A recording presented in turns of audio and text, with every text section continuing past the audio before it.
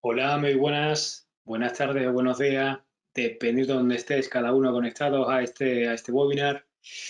Bueno, mi nombre es Antonio José Segovia, soy experto en seguridad de la información y tengo bastante experiencia en este sector, en el sector de la seguridad de la información. Y mi objetivo en el día de hoy, en el webinar de hoy, es comentaros un poquito la normativa de seguridad que existe principalmente en Latinoamérica y en Europa.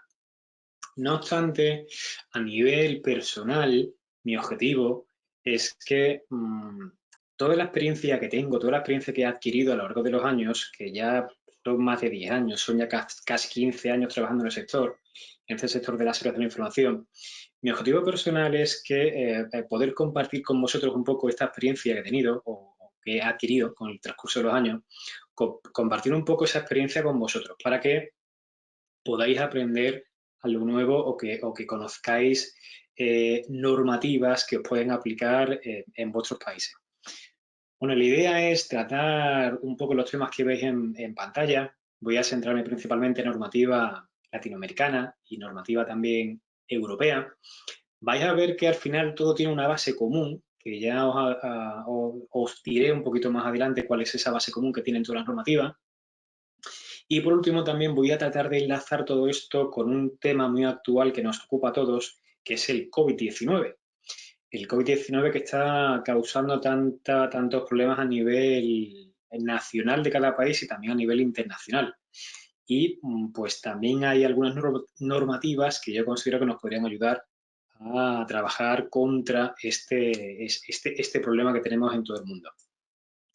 Bien, pues la idea es en los próximos 40-45 minutos hablaros un poco de estos temas, de la normativa latinoamericana y europea, con el objetivo mío personal de intentar ayudaros a conocer cosas nuevas, de que estas cosas os puedan ayudar en vuestra carrera profesional, que eso siempre para mí es lo más importante, y para eso me voy a basar en mi experiencia. Yo, ya os decía antes, soy experto en seguridad de la información, llevo ya casi 15 años trabajando en este sector, soy auditor cualificado por varias entidades certificadoras, una de ellas Burobritas, he trabajado con países latinoamericanos, he estado en Chile, en Perú, en Costa Rica, en Guatemala, también he trabajado con empresas en Estados Unidos, por supuesto en Europa, en España, en Portugal, en Reino Unido, en Italia, en Francia.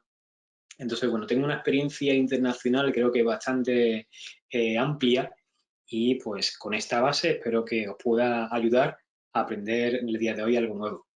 La idea también es que al final, los últimos 10 minutillos, aprovechemos para que me hagáis vuestras preguntas. Obviamente voy a intentar hablar de muchas cosas y al final pues seguramente tendréis dudas y la idea es que en los últimos 10 minutos aprovechemos para que yo pueda responder a vuestras dudas. Seguramente no voy a tener tiempo para responder todas las dudas porque habrá muchas preguntas, y muchas personas conectadas al webinar, además de muchas partes del mundo, afortunadamente, que eso siempre me gusta, que haya mucha variedad. Entonces habrá muchas preguntas muy diversas y no va a haber tiempo para responderlo a todo, pero sí intentaré de responder las preguntas que se repitan más o las que yo considere que son más relevantes o más que están más relacionadas con el webinar, con el objetivo del webinar. Bien, pues, ¿por qué son o por qué es importante la normativa de seguridad? Bueno, hoy en día vivimos actualmente en la sociedad de la información. La información es algo vital hoy en día. Sin información, básicamente, no podríamos funcionar, las empresas no podrían funcionar. Pero cuando hablamos de la seguridad de la información, nos centramos mucho en la información como tal. Pero la información sin personas no podría funcionar. Es decir, tiene que haber una persona que procese la información, que maneje esa información, que entienda o que procese esa información. Y a su vez, pues también tiene que haber un sistema de información o sistema de información que almacene o que de alguna manera automatizada que también procesen esa información, porque una persona puede entender un dato, pero ese dato lo tiene que guardar o lo tiene que enviar y para eso pues necesita también sistemas de información.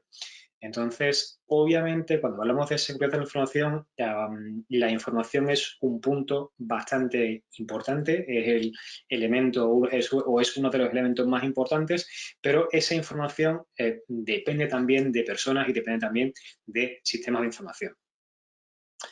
¿Por qué es importante? Y aquí ya vamos a entrar un poco a poco en esta normativa, que es el objetivo del webinar. ¿Por qué es importante que hablemos a nivel de gobierno de normativas? Pues básicamente porque los gobiernos hoy en día, hoy en día y siempre han tenido mucha información de nosotros. Tienen información a nivel de salud, de nuestro historial clínico, las enfermedades que padecemos o las operaciones que nos van a hacer. Toda esa información que tiene que ver con nuestra salud, pues esa información la almacena o la mantiene instancias que son dependientes del gobierno. También el gobierno puede saber pues, nuestro historial laboral en la empresa en la que hemos trabajado, en la empresa que estamos trabajando. También sabe, obviamente, todos los relativos a impuestos, si pagamos impuestos, si no pagamos, qué cantidad de impuestos pagamos, si tenemos una vivienda, si tenemos vehículos. En definitiva, el gobierno tiene mucha información sobre nosotros. Tiene cantidad de información que ellos podemos entender, o los gobiernos podemos entender que no van a hacer un uso ilícito de esa información. Pero los gobiernos tienen que también garantizar de alguna forma que personas no autorizadas puedan tener acceso y comprometer esa información vital nuestra. Es decir, los gobiernos tienen que proteger la información y para eso básicamente tienen que establecer unas medidas de seguridad. Que esas medidas de seguridad se basan principalmente en las tres dimensiones de la seguridad.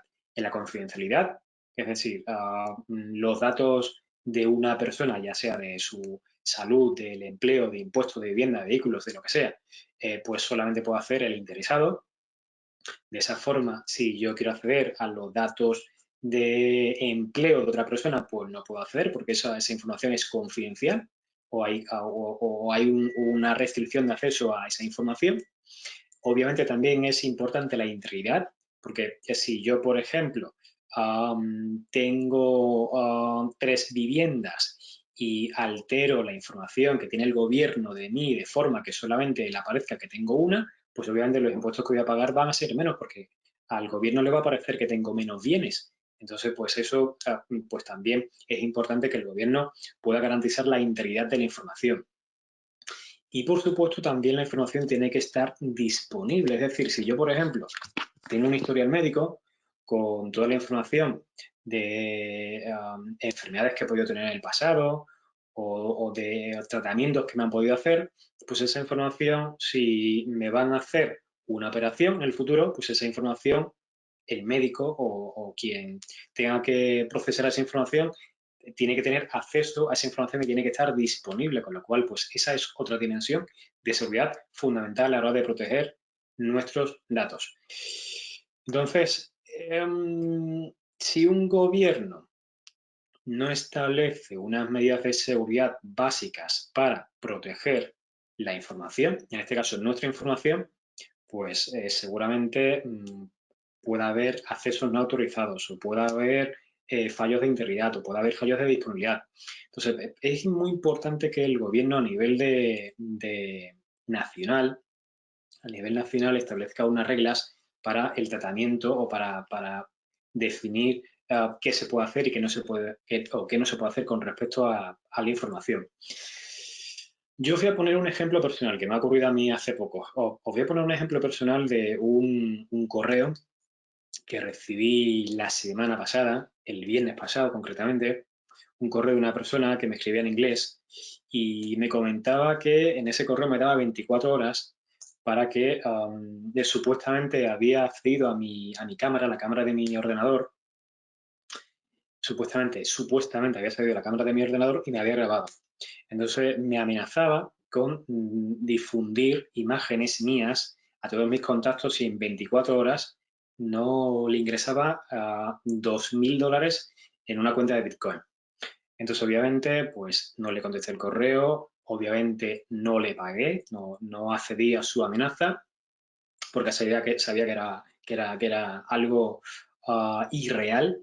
Lo que sí me impactó un poco, es que en el correo me daba cierta información y uno de los datos que me daba era una contraseña que efectivamente yo utilizaba en el pasado.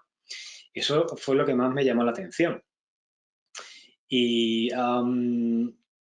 me hizo plantearme una serie de cuestiones.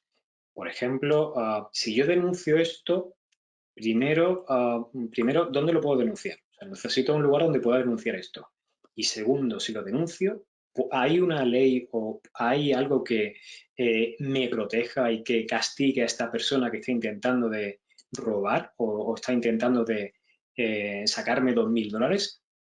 Y efectivamente, en el caso de España hay una unidad de delitos telemáticos de la Guardia Civil, que es un cuerpo de seguridad nacional que depende del Estado, y ante esa unidad de delitos telemáticos puedes cursar una denuncia, y esa denuncia se puede encauzar dentro del Código Penal, y ese tipo de amenazas está penado con años de cárcel, con hasta 3 años de cárcel. Entonces, ¿qué quiero deciros con esto? Lo que quiero deciros al final es que ese tipo de amenazas o ese tipo de acciones a través de Internet que se están dedicando, sobre todo ahora con la situación que tenemos del COVID-19, este tipo de acciones que están llevando a cabo muchas personas a través de Internet están penadas por ley en España y en general en todos los países del mundo.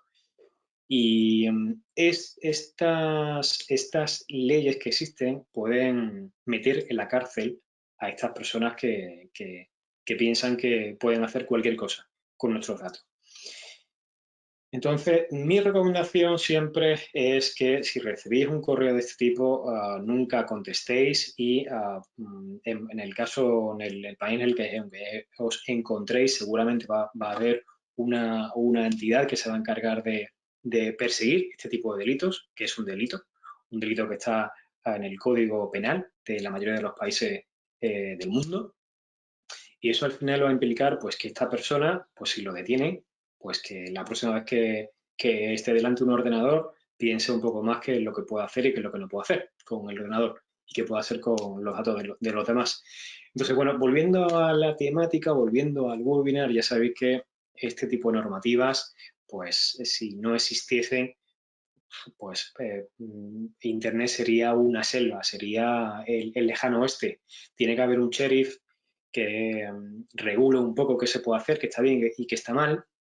Y en el caso de que alguien haga cosas que estén mal, pues que sancione y que ponga orden para que no vuelva a ocurrir. Y eso es básicamente lo que me ocurrió la semana pasada un poco, que hubo alguien que intentó de saltarse la ley y le salió mal y denunciado está, y posiblemente pues si lo cogen o si lo detectan o si lo encogen en algún lugar, pues tendrá su pena. Bueno, pues ahora quiero contaros también, centrándonos un poco en Latinoamérica, quiero contaros un poco también cuáles son las leyes o cuáles son las normativas que existen en Latinoamérica. Esto también os cuento que esta lista no incluye por cada país toda la normativa que existe en cada caso, pero sí he incluido para cada país en aquellos países donde más he visto que hay más movimiento en relación a la normativa de seguridad, sí he incluido las que yo creo que son más relevantes. También os cuento que de las leyes que he visto, de la normativa que he visto en cada país, siempre hay como dos grandes tipos de normativa. Una que tiene que ver con normativa de protección de datos personales, que esas normativas, ese tipo de normativas suelen estar en todos los países, en Latinoamérica. Y luego hay otro tipo de normativas que tienen que ver más con la seguridad de la información. Hay gente que piensa que tanto seguridad de la información como protección de datos personales es lo mismo. Y en general, o sea, en realidad son cosas distintas. Están relacionadas, pero son cosas distintas. La seguridad de la información engloba a toda la información, a cualquier tipo de información. A información financiera, a información personal, a información de sistemas, a información de empleados. Engloba todo tipo de información, que es el conjunto de toda la información. Y dentro de todo ese conjunto de información hay un tipo de información que son los datos personales. Entonces, Por eso hay países que tienen leyes normativas específicas para la protección de datos personales y hay países que además de esa normativa también tienen normativa que a otro nivel más alto pues también definen requerimientos para la protección de la información en todo su conjunto. Entonces, de la normativa que he podido ver que existe en Latinoamérica, el país donde yo he visto que está un poco más fuerte con respecto a la parte de seguridad de la información, porque en protección de datos personales casi todos los países tienen una normativa muy similar, pero uno de los países donde he visto más fuertes con respecto a la seguridad de la información es Argentina, donde tiene normativa específica de ciberseguridad. Ahí esa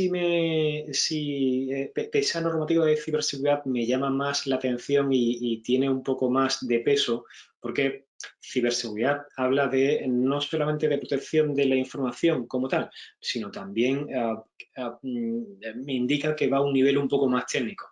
Porque cuando hablamos de seguridad de la seguridad de la información abarca diferentes aspectos. No todo es técnico, es decir, proteger la información no es solamente tener un firewall o tener un proxy o tener un antivirus. La seguridad de la información también es tener políticas de seguridad para que la gente sepa que, por ejemplo, no se puede conectar a Internet en algunos sitios de Internet o que no puede compartir información sensible a través de redes sociales. O sea, la seguridad de la información no es una cuestión técnica solamente, que también lo es, pero no es solamente eso. No es solamente saber configurar un firewall o saber eh, o establecer reglas en un firewall. Es más allá, es establecer políticas, es establecer planes, es establecer metodologías de gestión de riesgos, es establecer revisiones y autoridades de los sistemas de información. Es más amplio, es más global. Y en el caso de Argentina, pues creo que ese nivel de conciencia, no solamente de seguridad de la información, sino también de ciberseguridad, creo que está un poco más fuerte que en otros países. En Perú, en el caso concreto de Perú, también hay una resolución ministerial que obliga a las administraciones públicas a que implementen una normativa, la NTP ISO 27001, la norma técnica peruana ISO 27001, que es una norma que es igual que la ISO 27001.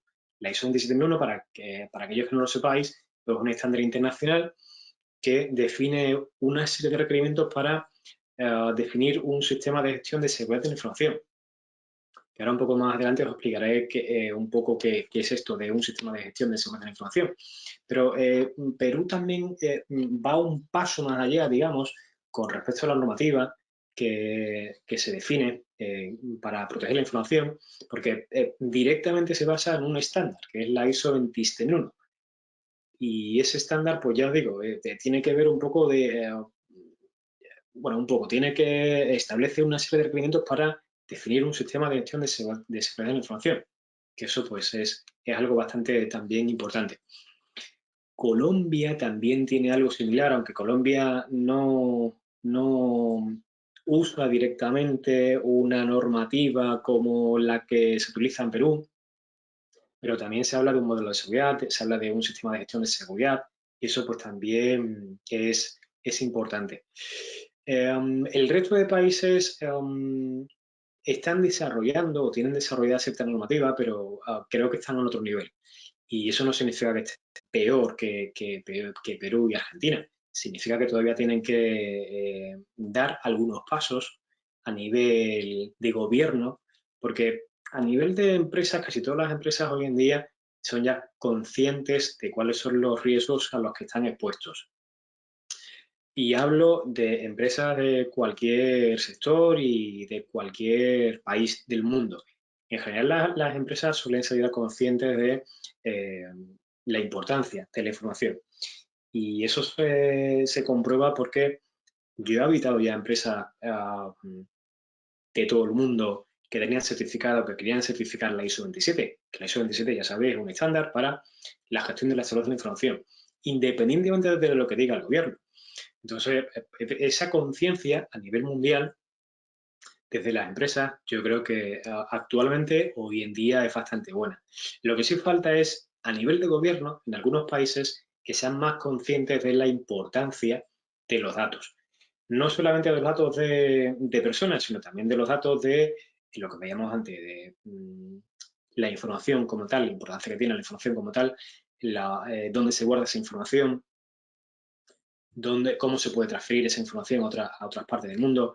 Entonces, eso siempre es fundamental, bajo mi punto de vista. Y ese nivel, a nivel gobierno, todavía queda bastante por hacer en muchos países del mundo. Yo estoy hablando ahora principalmente de países latinoamericanos, pero si nos vamos a otro área, Asia, por ejemplo, a Europa, pues también falta mucho por hacer. Porque en Europa también, ahora lo veréis, ahora también os voy a ver un poco de las normas europeas. En Europa hay muchos países europeos que tampoco tienen una norma específica relativa a la seguridad de la información. Todavía se está empezando a desarrollar cosas en este sentido en todo el mundo.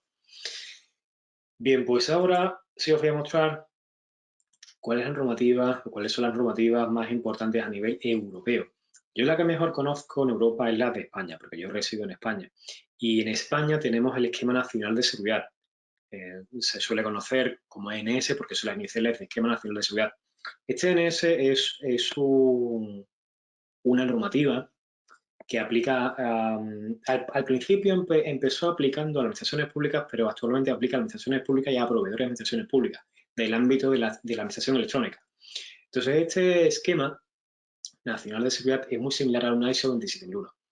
Son cosas distintas porque al final, implementando una ISO 27 no cumples directamente con el NS y al contrario también, es decir, si cumples con el NS no cumples directamente con la ISO 27. Tienen puntos en común, pero tienen también puntos específicos. Entonces, te puede ayudar una ISO 27 a implementar la LNS, pero al final tienes que implementar también cosas específicas del LNS. Esto con respecto a España. Alemania tiene también sus estándares, que son los BSI. Tienen una serie de estándares que tienen que ver con la seguridad de la información, con gestionar la seguridad de la información. Reino Unido también tiene su normativa, NIS, aunque esta normativa tiene que ver más o va más al nivel de sistemas de información y redes. Es un nivel un poco más técnico. No conozco yo todavía una normativa que sea un poco como la que tenemos en España de gestión de seguridad de la información, al menos a nivel gubernamental, a nivel de gobierno. Lo que sí hay a nivel de todos los países europeos es una ley de ciberseguridad, aunque esa ley es concreta o va más específica a productos y servicios. Es decir, aquí no hablamos de un sistema de gestión, aquí hablamos de productos específicos y de servicios que cumplan unos requerimientos mínimos de seguridad. Si cumplen esos mínimos, si quieres comprar o si una administración pública quiere comprar un producto y cumple una serie de requisitos que se establecen en esta ley, pues se podrá adquirir. Si no, pues habrá que ver cómo o habrá que buscar otra alternativa. Y luego también una normativa que existe en Europa, que seguramente conoceréis todos o que habréis escuchado hablar de ella, es el GDPR o el RGPD, que esto es el famoso Reglamento Europeo de Protección de Datos Personales. Esto es un reglamento que aplica no solamente a todos los países europeos, aplica a cualquier país que tenga o que procese datos personales de un ciudadano europeo. Pero generalmente se desarrolló en Europa y todos los países europeos pues tienen una ley basada en el RGPD. Porque el RGPD es el reglamento europeo, GDPR son las iniciales en inglés, pero el RGPD, reglamento el Reglamento General de Protección de Datos Personales Europeo, este reglamento es, digamos, el reglamento genérico global y luego cada país ha sacado su propia ley que, basándose en ese RGPD, pues regula o legisla en cada país de forma concreta. En el caso de España tenemos la Ley 3/2018, que es precisamente una ley que está basada en el RGPD. Pues cada país hace lo mismo, basándose en ese RGPD. Y al final todos los países tienen unas medidas de seguridad básicas para proteger los datos personales. Y además de estas normativas que son específicas o que son concretas de países o incluso de Europa, hay también mucha normativa de sectores concretos, como por ejemplo está PCI DSS, que PCI aplica a todas las empresas que tengan o procesen datos de tarjetas de crédito, estén donde estén, porque esta normativa ya no es algo local o no es algo que tenga que ver con un país concreto, sino que tiene que ver con cualquier empresa del mundo que procese datos de tarjetas de crédito, y ahí pues también tiene que establecer unas medidas mínimas de seguridad. El PCI DSS es muy similar también o tiene puntos en común con respecto a la ISO 27. También, bueno, en América está el SOX para el sector financiero, aunque SOX, para aquellas empresas que no sean americanas, pero que también coticen en bolsa americana, pues también les aplica el SOX y también tienen que aplicar una serie de medidas de seguridad con respecto a los datos, con respecto a la información. Más normativas que conozco que se me ocurren, pues TISAX. TISAX es una normativa también, TISAX sí es europea, sí está desarrollada en Europa, es específica para el sector automotriz y TISAX es básicamente para aquellas empresas que desarrollan o están en el sector de automotriz, que fabrican coches o que fabrican alguna parte, algún componente de un coche, pues también tienen que cumplir con TISAX. Y TISAX pues también tiene muchos puntos en común con 27. De hecho, hay una parte de controles que es copiar y pegar del anexo A de ISO, del anexo A de la ISO 27001. Entonces hay mucha normativa de seguridad de la información y toda esta normativa al final tiene como principal objetivo proteger la información. ¿Y qué es lo que tienen en común? ¿Cuál es la base común de toda esta normativa? Porque hay una base común entre todo esto. Y esa base común claramente para mí es la ISO 27001. ¿Por qué? Pues porque toda la normativa que podéis encontrar en el mundo relativa a la seguridad se basa principalmente en dos componentes. Hay una parte hay un componente de analizar riesgos, es decir, de qué ocurre, de qué puede ocurrir o qué puede afectar a la información, qué amenazas pueden existir con respecto a la información que manejamos. Y otro componente son los controles, es decir, si yo analizo riesgos, si yo identifico cuáles son los riesgos que hay en mi negocio, el siguiente punto es establecer unas salvaguardas, unas medidas de seguridad que me protejan de esos riesgos o que me ayuden a mitigar esos riesgos. Y esa es la base de la 27. Esa base de analizar riesgos y de tratar con controles esos riesgos es básicamente lo que tienen en común todas las normativas o la gran mayoría de las normativas que has visto hasta ahora, tanto a nivel europeo como también a nivel de Latinoamérica. Todas al final necesitan basarse en una etapa de análisis, de analizar riesgos, y otra etapa de mitigar esos riesgos, mitigar implementando controles.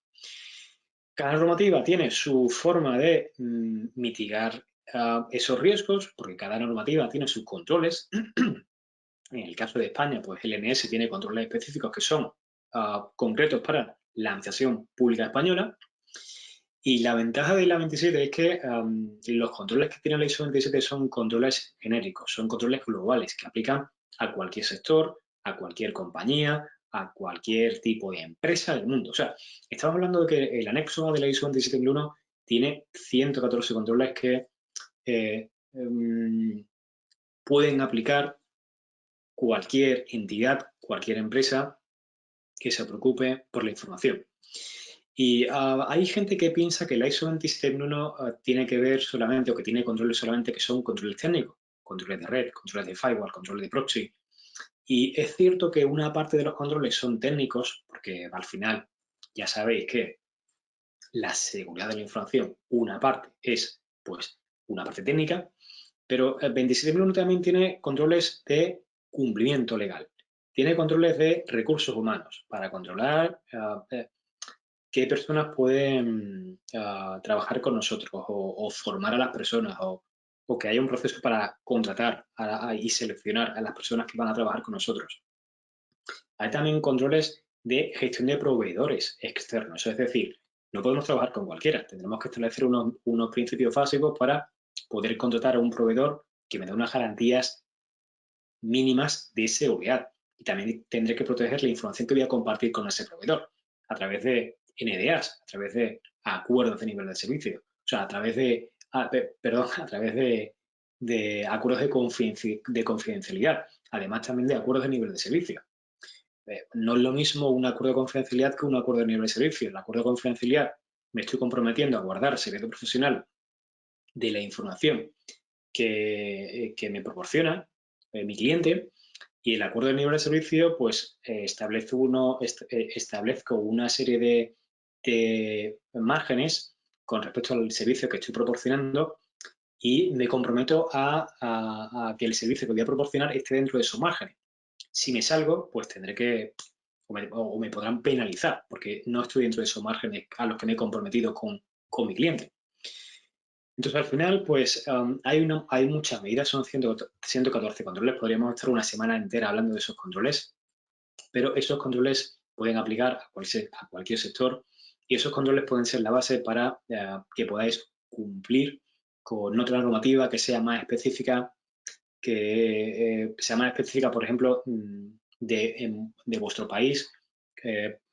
Me refiero a una normativa que exista en vuestro país, como por ejemplo en Perú, la NTP, la norma técnica peruana ISO 27001, o en Argentina la normativa que hemos visto antes de ciberseguridad. Siempre, para todas esas normativas que tiene cada país, os podéis basar en la ISO 27001 como base para llegar a cumplir con esa normativa que sea específica de vuestro país. ¿Significa que con una ISO 27001 no podréis cumplir con la ley relativa a seguridad de la información que existe en vuestro país? No, pero sí os va a ayudar a tener una base y sí os va a ayudar para marcar un camino.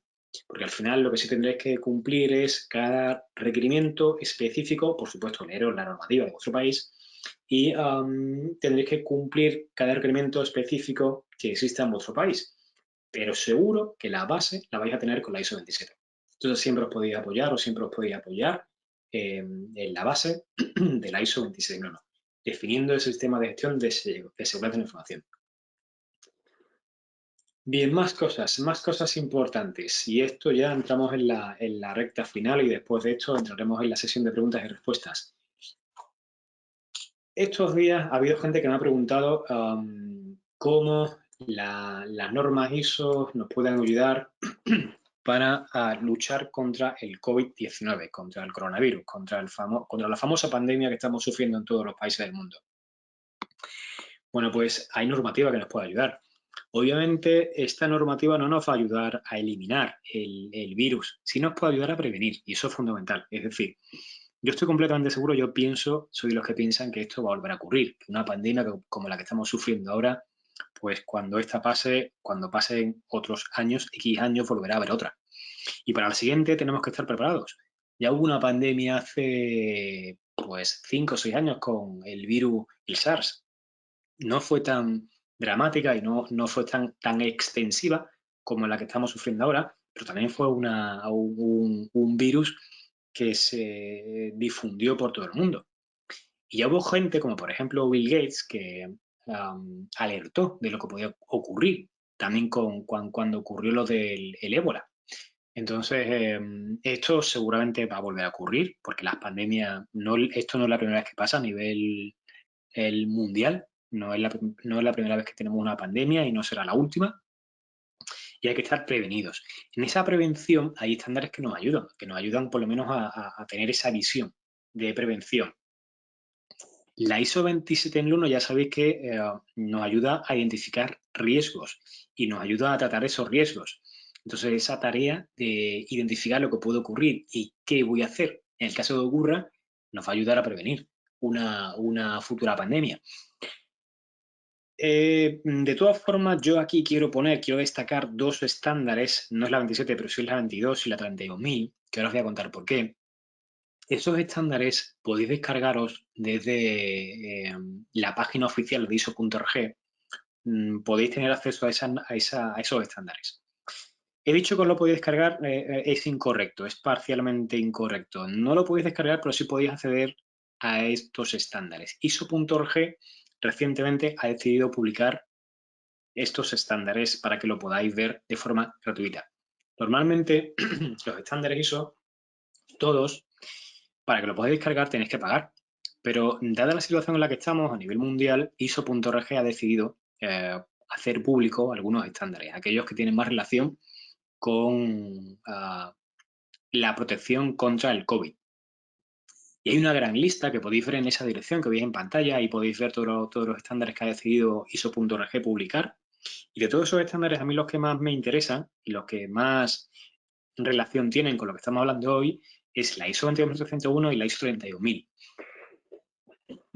La ISO 22301 es un estándar que define requerimientos para la gestión de la continuidad del negocio.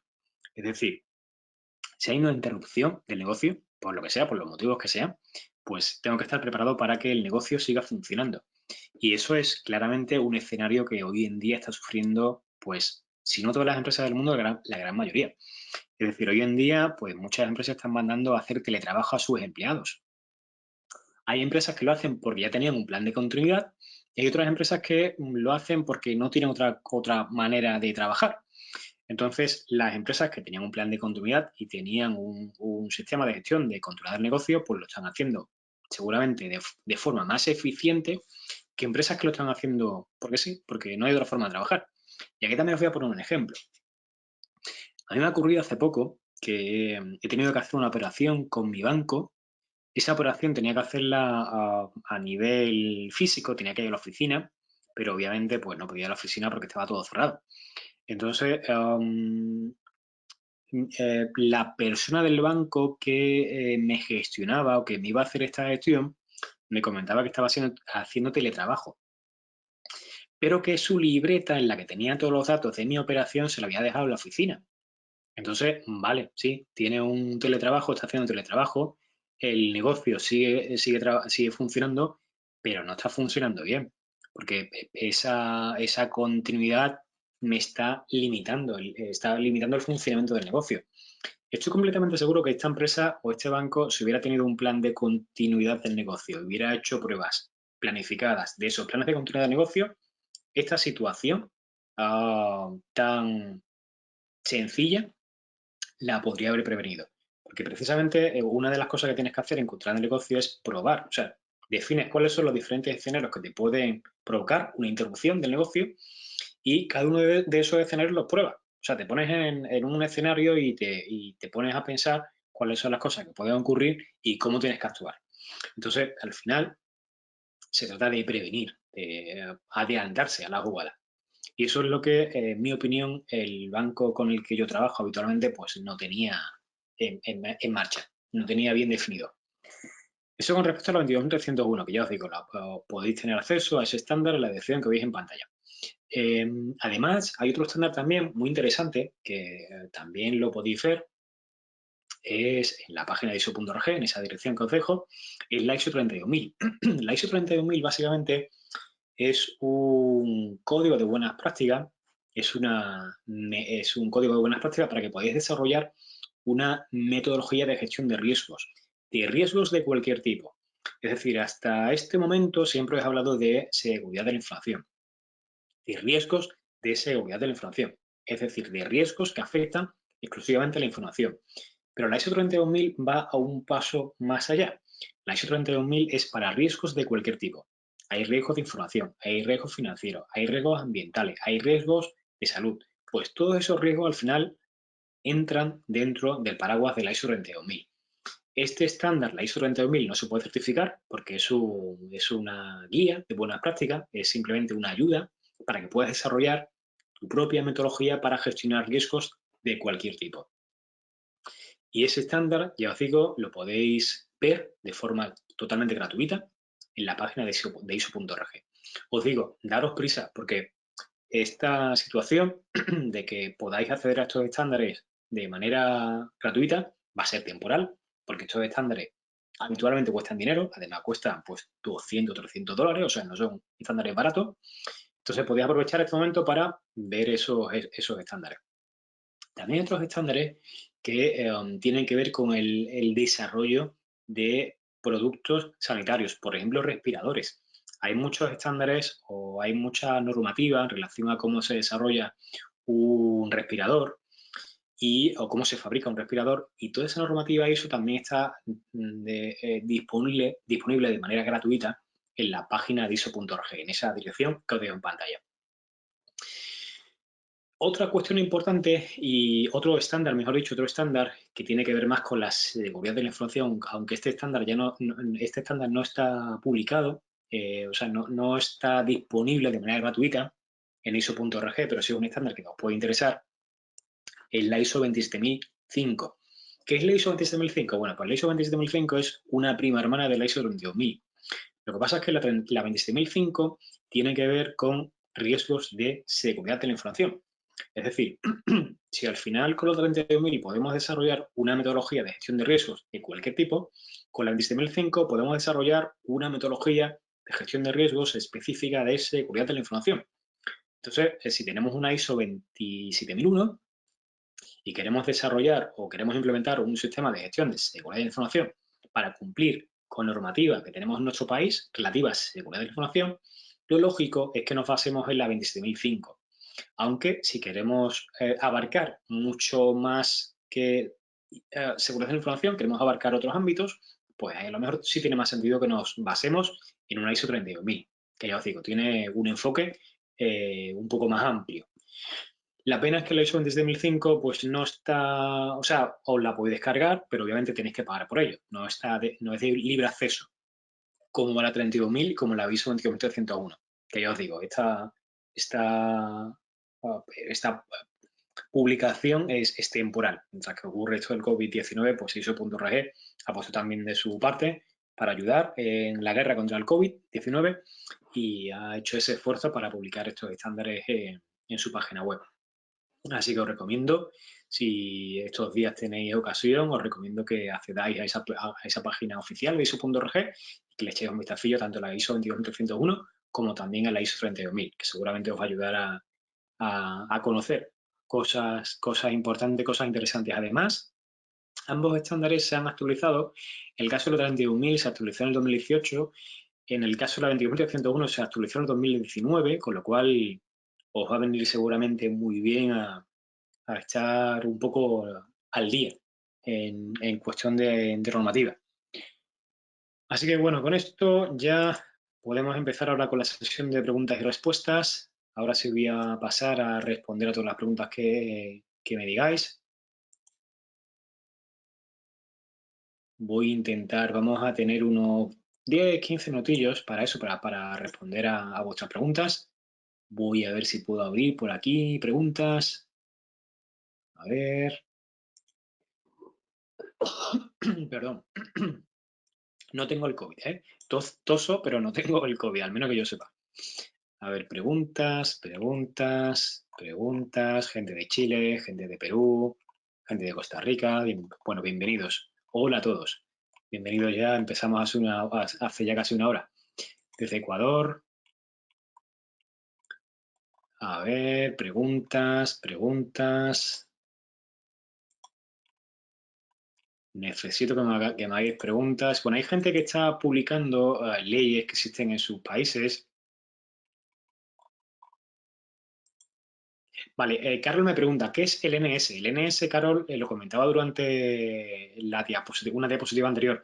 NS es un reglamento, es una ley que aplica a las administraciones públicas españolas, son esenciales de Esquema Nacional de Seguridad.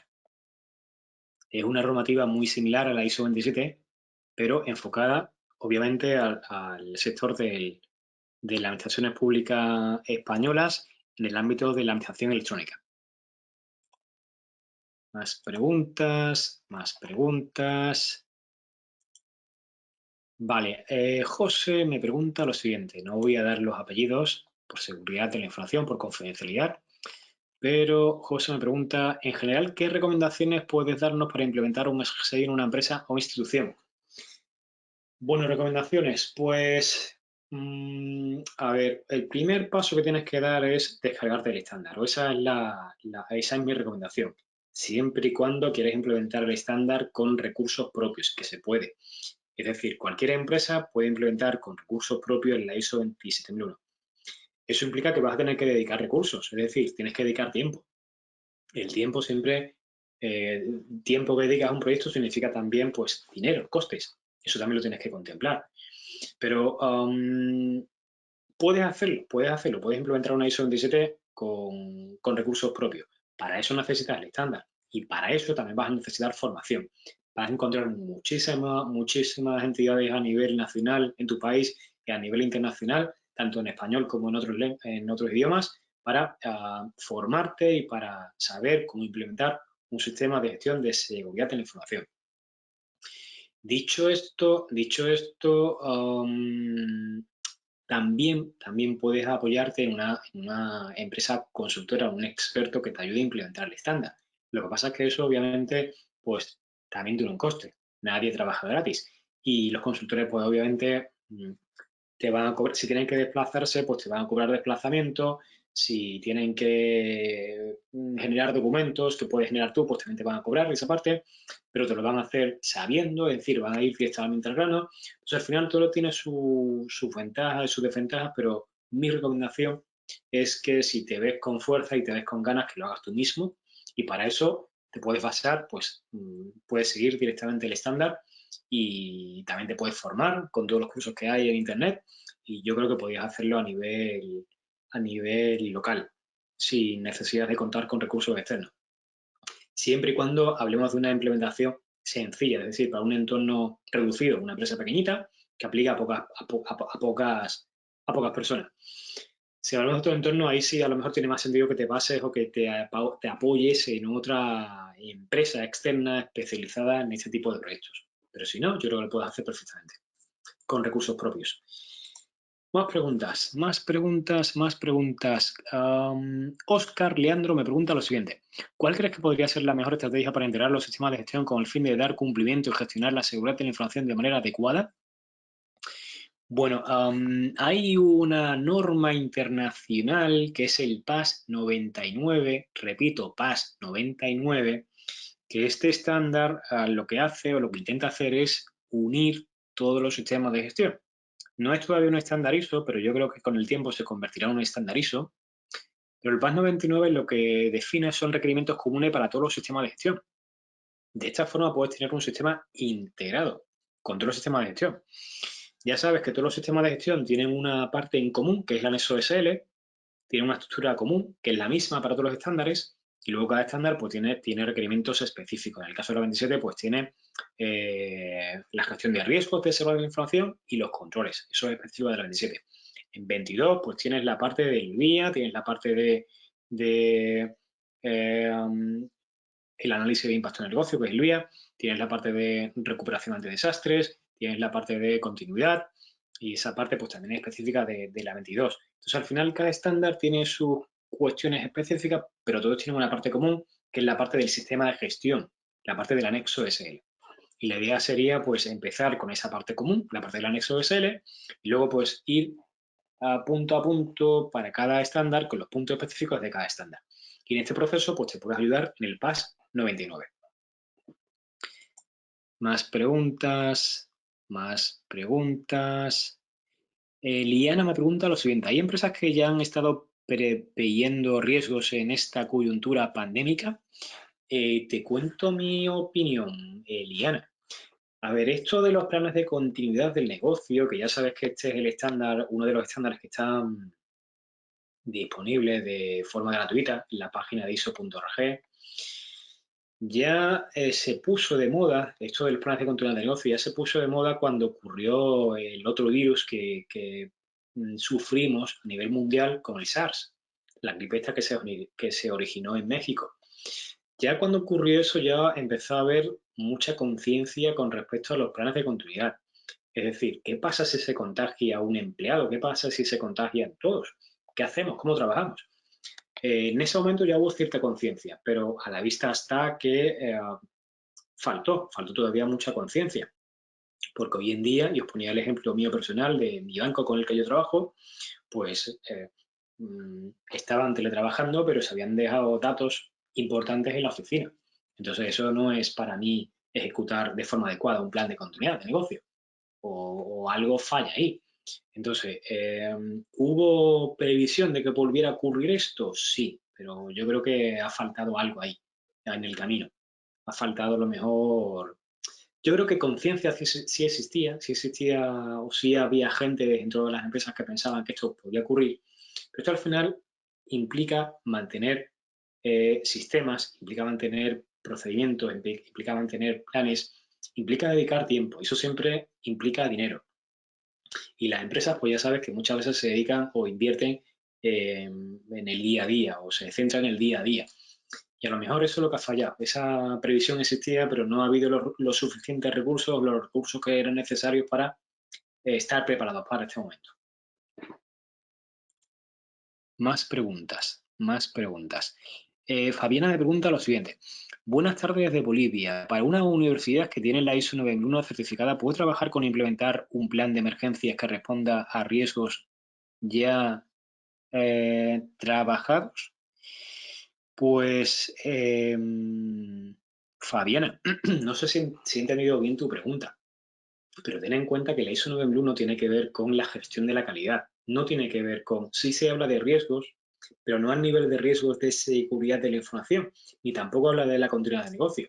Entonces, la ISO 9001 puede ser un estándar también para iniciarte en este mundo de la gestión, en este mundo de los sistemas de gestión, pero si quieres centrarte más en la parte de riesgos de seguridad de la información, de prevenir riesgos de seguridad de la información, de prevenir interrupciones que afecten al negocio, ahí sí tienes que irte a otro estándar, a ISO 27001 para la seguridad de la información o a la ISO 21301 para la continuidad del negocio. Samuel me pregunta link de ISO para visualizar las normas ISO que mencionó de ISO 21301 a ISO 31000. Pues lo voy a poner, porque lo he puesto antes, pero lo pongo, vuelvo atrás en la diapositiva. A ver, ahí tenéis el enlace. A ver, un momentito. Perdón. Lo tenéis en pantalla. De todas formas, lo voy a escribir en el chat. Voy a escribirlo en el chat para que lo tengáis en el chat, aunque está en la pantalla. Pero si no lo veis, insisto, lo voy a escribir www.iso.org barra, es muy sencillo, www.iso.org barra COVID-19.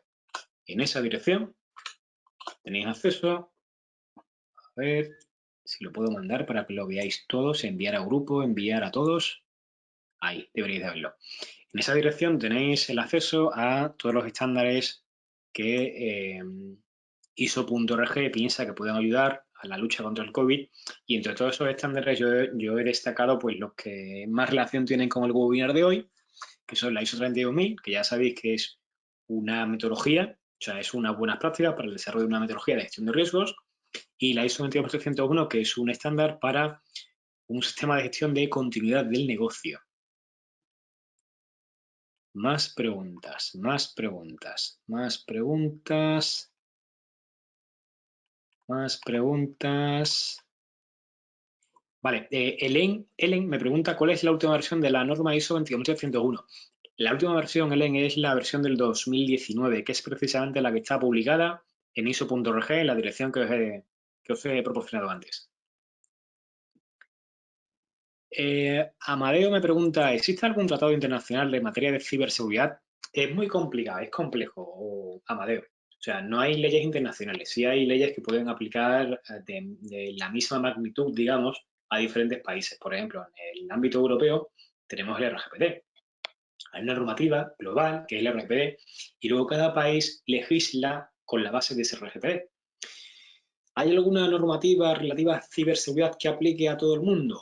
Yo te diría que no. Sí hay en cada país pues una normativa que ayuda a proteger la información, y esa normativa al final está basada en la ISO 27001, pero no hay una normativa global que sea la misma para todos los países y que defina al final los mismos criterios para proteger la información. Lo que sí existen son estándares internacionales, por ejemplo, la ISO 27001.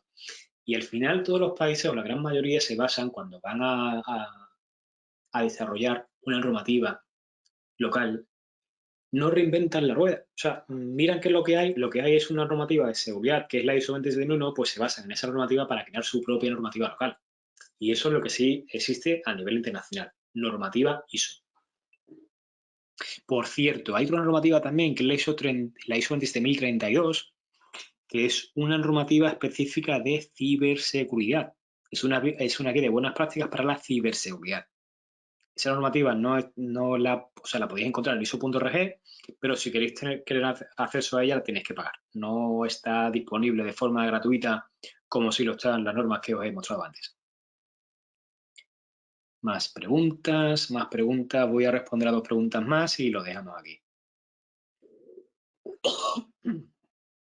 Más preguntas, a ver un momentito. 2 preguntas más.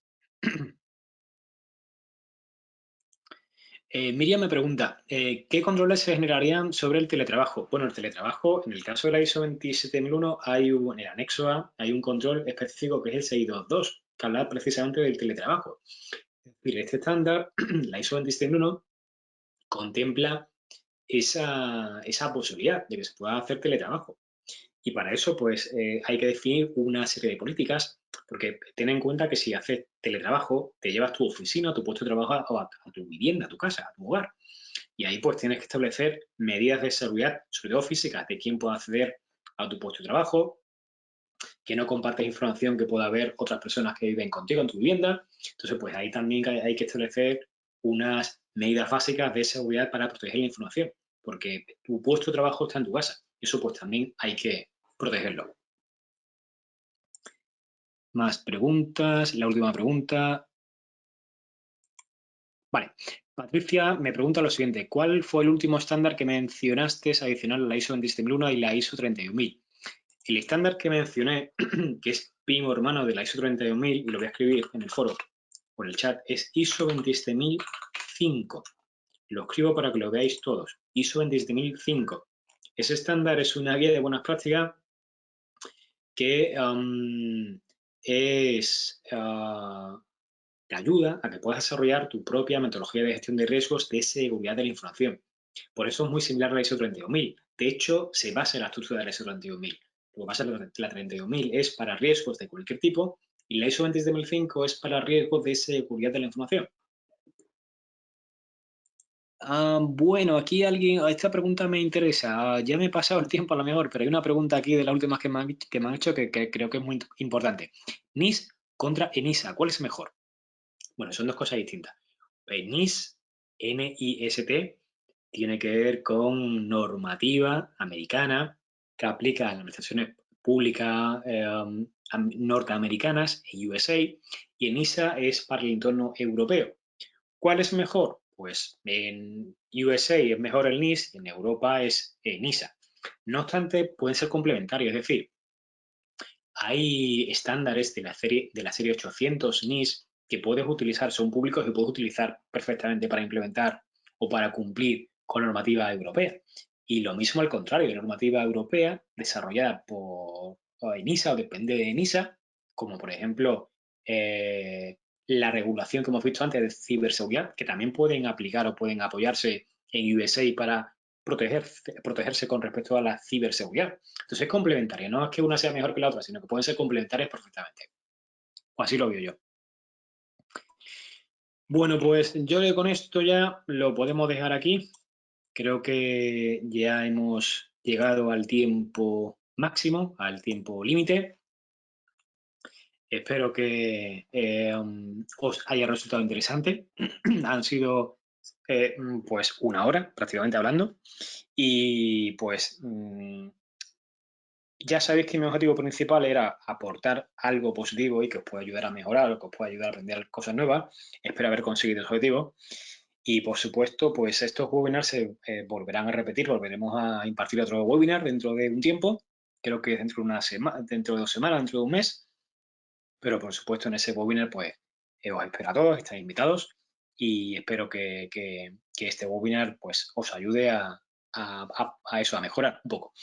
Recordad que recibiréis un correo con esta presentación, que cualquier duda que tengáis pues me la podéis hacer y para mí ha sido un placer compartir con vosotros este tiempo y haber colaborado, os espero, a que podáis aprender cosas nuevas. Muchas gracias y hasta la siguiente. Bye bye. Chao, chao.